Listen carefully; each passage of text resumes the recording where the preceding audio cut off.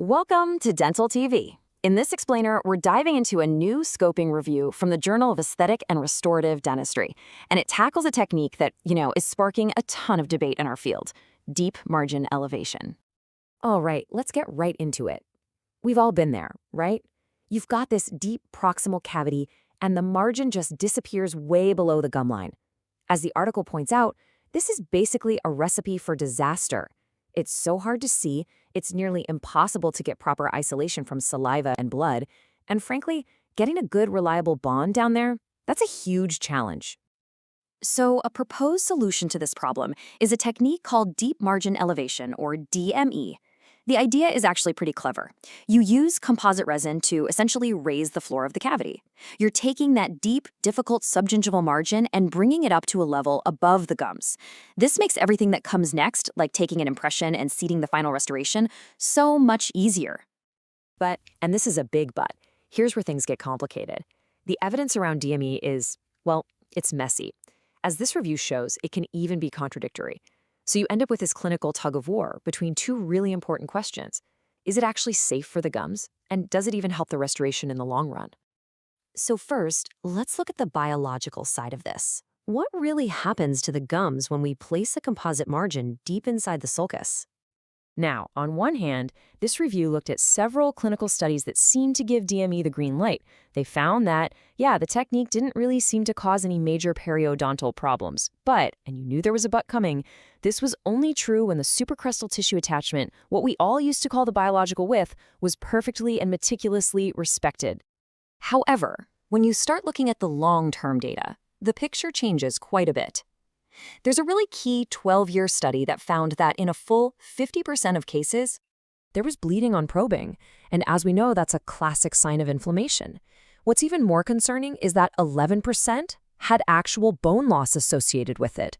This is the kind of data that makes you pause. It really highlights a serious risk for long-term gum problems down the road. Okay, so if DME comes with a potential risk to the gums, does it at least make the restoration stronger? Let's switch gears and look at the biomechanical side of things. Well, here's the twist. In the controlled, sterile world of a laboratory, the evidence is surprisingly positive. The review cites multiple studies showing that DME doesn't weaken the final restoration.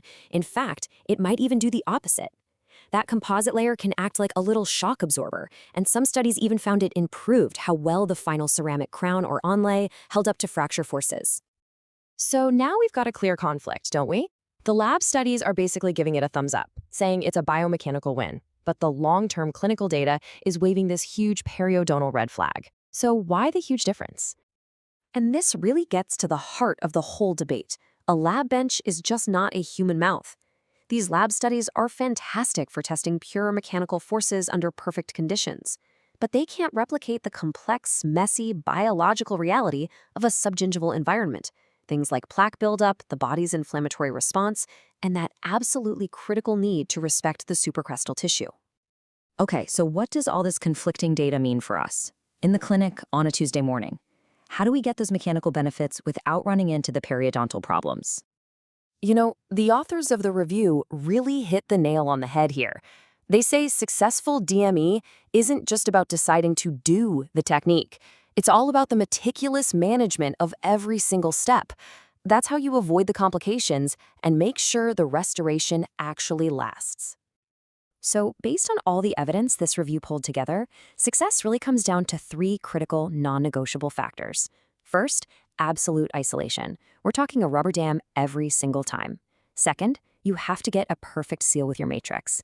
You need a smooth, seamless transition with zero overhangs for plaque to hide in. And finally, the most important rule of all, you absolutely must respect the supracrestal tissue attachment. Invading that space is what triggers that chronic inflammation we saw in the long-term studies. So what's the big takeaway from this review? DME isn't some casual, everyday procedure.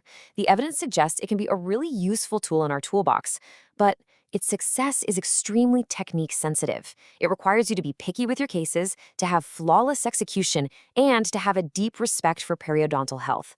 The real question isn't just if we should use DME, but how and when we can use it predictably and safely for our patients.